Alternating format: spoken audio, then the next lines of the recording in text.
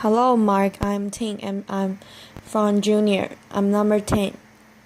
Beverly, Dereck, Joubert. Life lessons from Big Cat.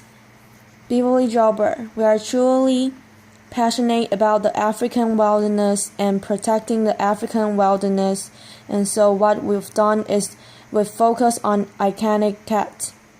And I know, in the light of human suffering and poverty and even climate change, one would wonder, why worry about a few cats?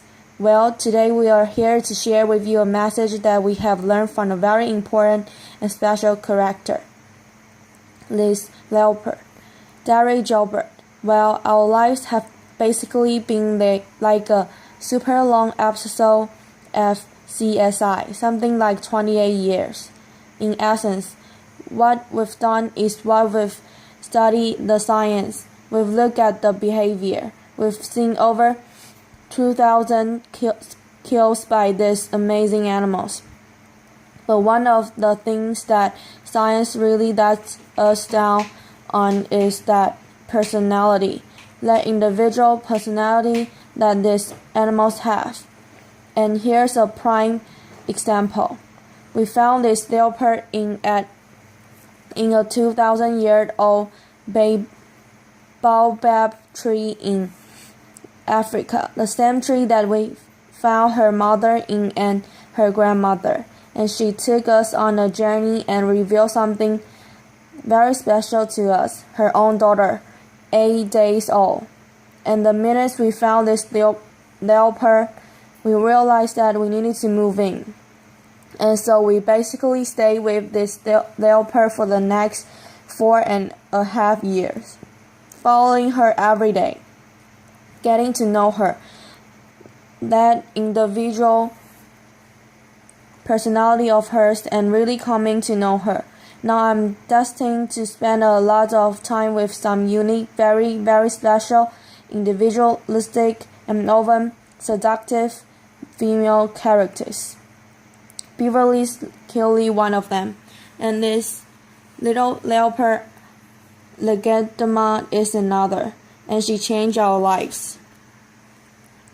Well, we certainly did spend a lot of time with her, in fact more time than even her mother did. When her mother would go off hunting, we would stay and film. And early on, a lightning bolt hit a tree 20 paces away from us. It was frightening, and it showered us with leaves and a pungent smell. And of course, we were stunned by for a while. But when we managed to get our wits about us, we look at it and say, my gosh, what's going to happen with the little cub? She's probably going to forever associating that deafening crash with us. Well, we needn't have worry.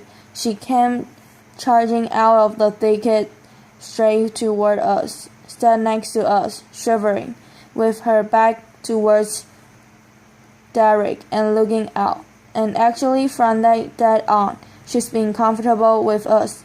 So we felt that day was the day that she really earned her name. We call her Legendama, which means light from the sky. Now, we've found this individualism in all sorts of animals, in particular in the cat.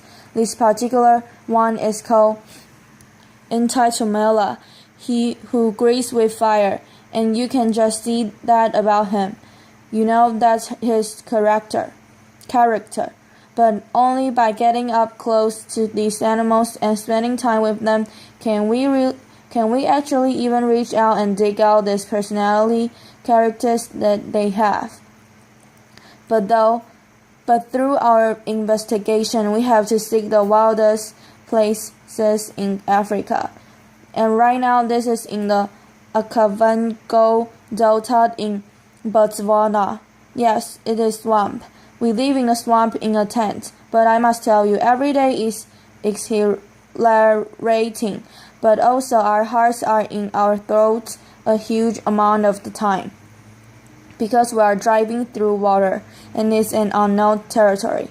But we're really there seeking and searching and filming the iconic cat. Now, one of the big things, of course, everybody knows the cat hates water.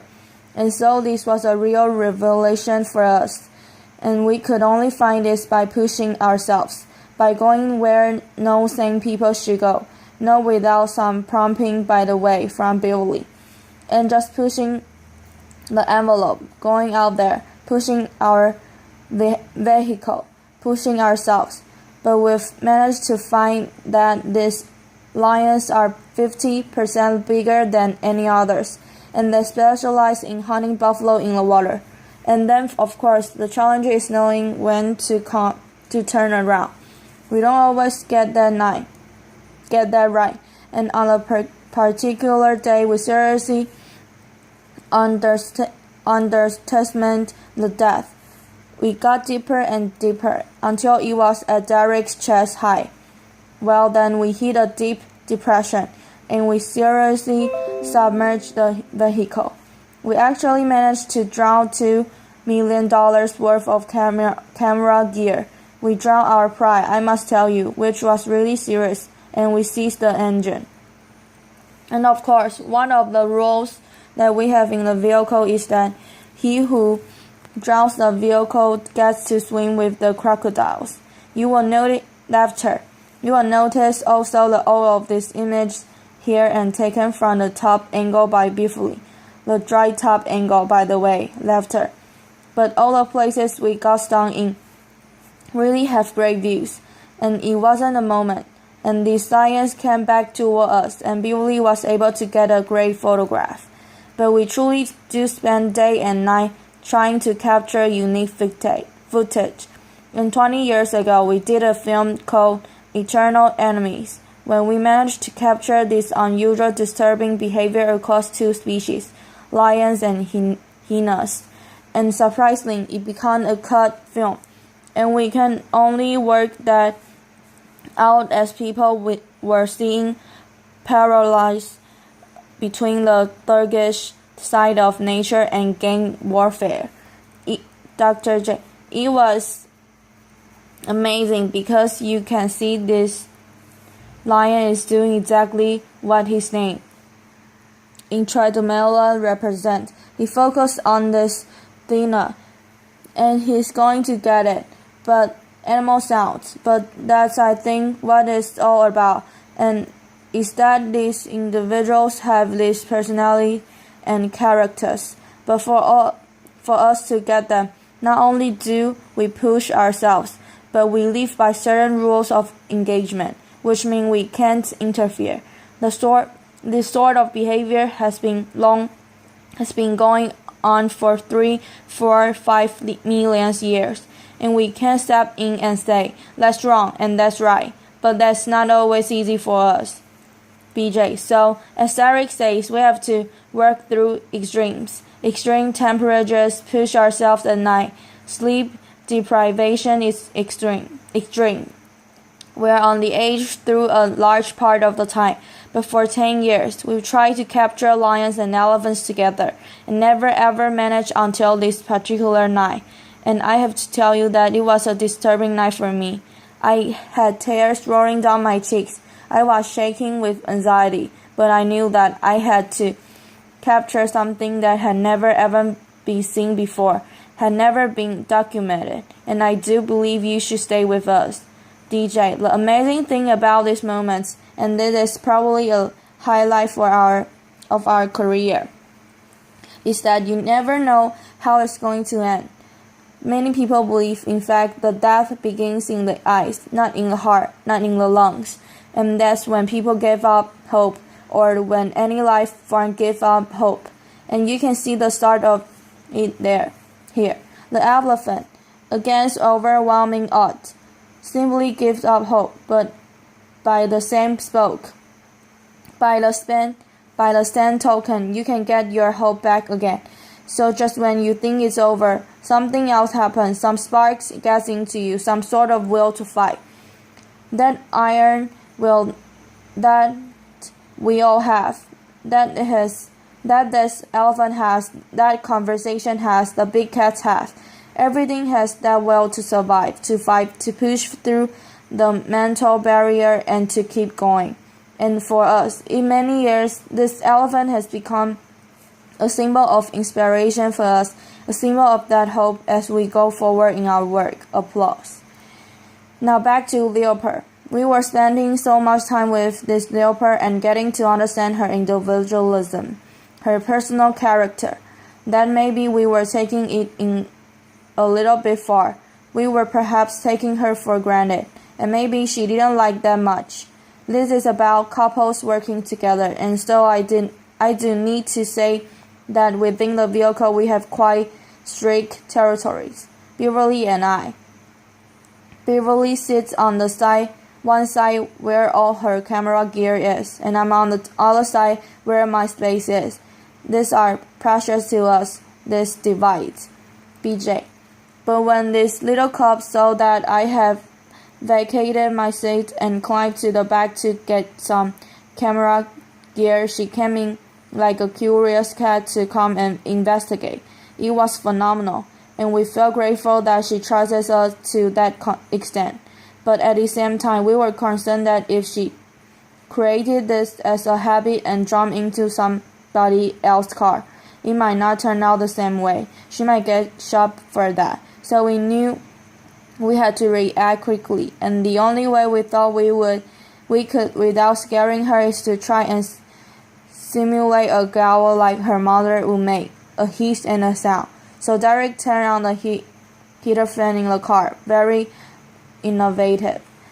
DJ, it was the only way for me to save the marriage, because Beverly felt she was being replaced. You see, laughter. But really and truly, this was how this little Joubert was displaying her individual personality. But nothing prepared us for what happened next in our relationship with her when she started hunting. BJ, and on this first hunt, we truly were excited. It was like watching a graduation ceremony. We felt like we were surrogates parents, and of course we know now that she was going to survive. But only when we saw the tiny baby baboon clinging to the mother's fur did we realize that something very unique was taking place here with Lagodama.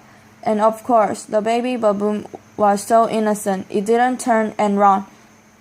So what we watched over the next couple of hours was very unique. It was absolutely amazing when she picked it up to safety, protecting it from the hyena. And over the next 5 hours, she took care of it. We realized that we actually don't know everything, and the nature is so unpredictable. We have to be open at all times. DJ. Okay, so she was a little bit rough, laughter, but in fact, what we were seeing here was interesting because she's a cop wanting to play, but she also a predator needing to kill, and yet conflicting in some way, because she was also an emerging mother. She had this maternal instinct, much like a young girl on her way to womanhood. And so this really took us to this new level of understanding that personality, BJ. And of course, through the night they lay together. They ended up sleeping for hours, but I have to tell you, everybody always asks, what happened to the baby baboon? It did die, and we suspect if it was from the freezing winter night. DJ, so at this stage, I guess we have very, very firm ideas on what conversation meant. We had to deal with these individual personalities. We have to deal with them with respect and celebrate them.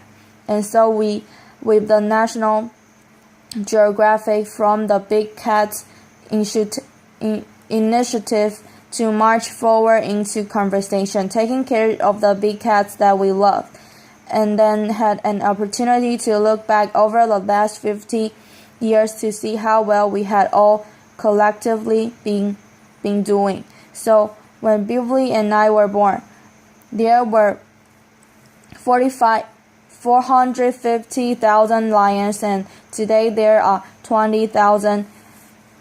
Tigers haven't fared any better.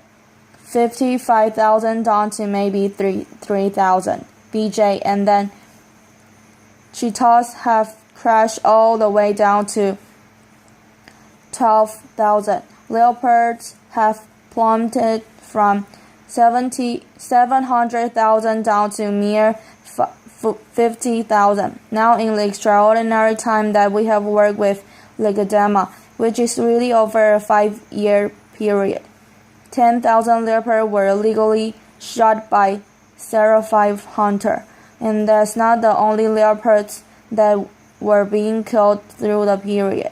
There's an immense amount of poaching as well, and so possibly the same amount. It is simply not sustainable. We admire them and we fear them, and yet, as men, we want to steal their power. It used to be the time where only kings wore a leopard skin.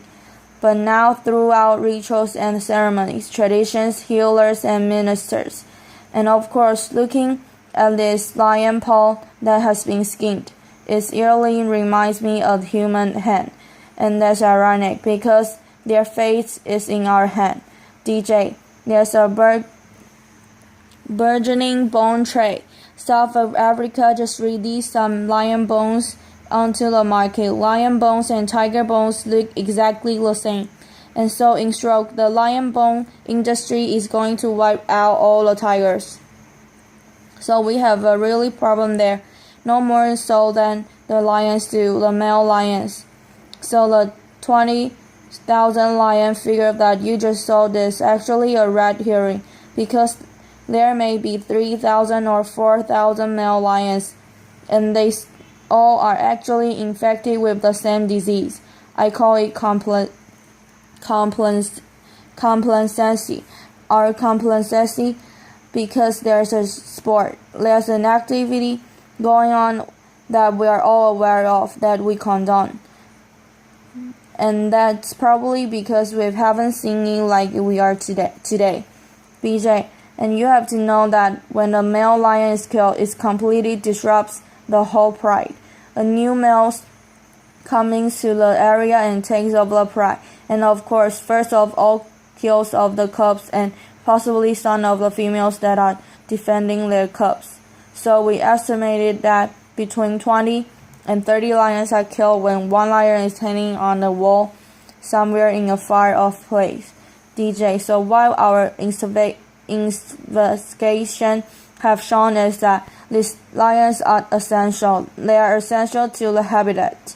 If they disappear, whole ecosystem in Africa disappear. There's an $80 billion a year ecotourism revenue stream into Africa. So this is not just a concern about lions, it's a concern about communities in Africa as well. If they disappear, all of that goes away. But what I'm more concerned about in many ways is that as we delink ourselves from nature, as we delink ourselves spiritually from these animals, we lose hope. We lose that spiritual connection, our dignity, that thing within us that keeps us connected to the planet. BJ, so you have to know, looking into the eyes of lions and leopards right now, it is all about critical awareness. And so what we are doing in February, we are bringing out a film called The Last Lion, and The Last Lion is actually what is happening right now. That is the situation we are in, the last lions. That is, if we don't take action and do something, these plants will be completely devoid of big cats, and then in turn everything else will disappear. And simply, if we can protect them, we're going to have a job protecting ourselves as well. DJ, and in fact, that original thing that we spoke about and designed our lives by, that conversation was all about respect and celebration. It's probably true. That's really what it needs. We need it. We respect and celebrate each other as a man, as a woman, as a community, and as a part of the planet. And we need to continue that. And Legadema, well, we can report, in fact, that we are grandparents. Laughter. BJ DJ. Thank you very much. Applause.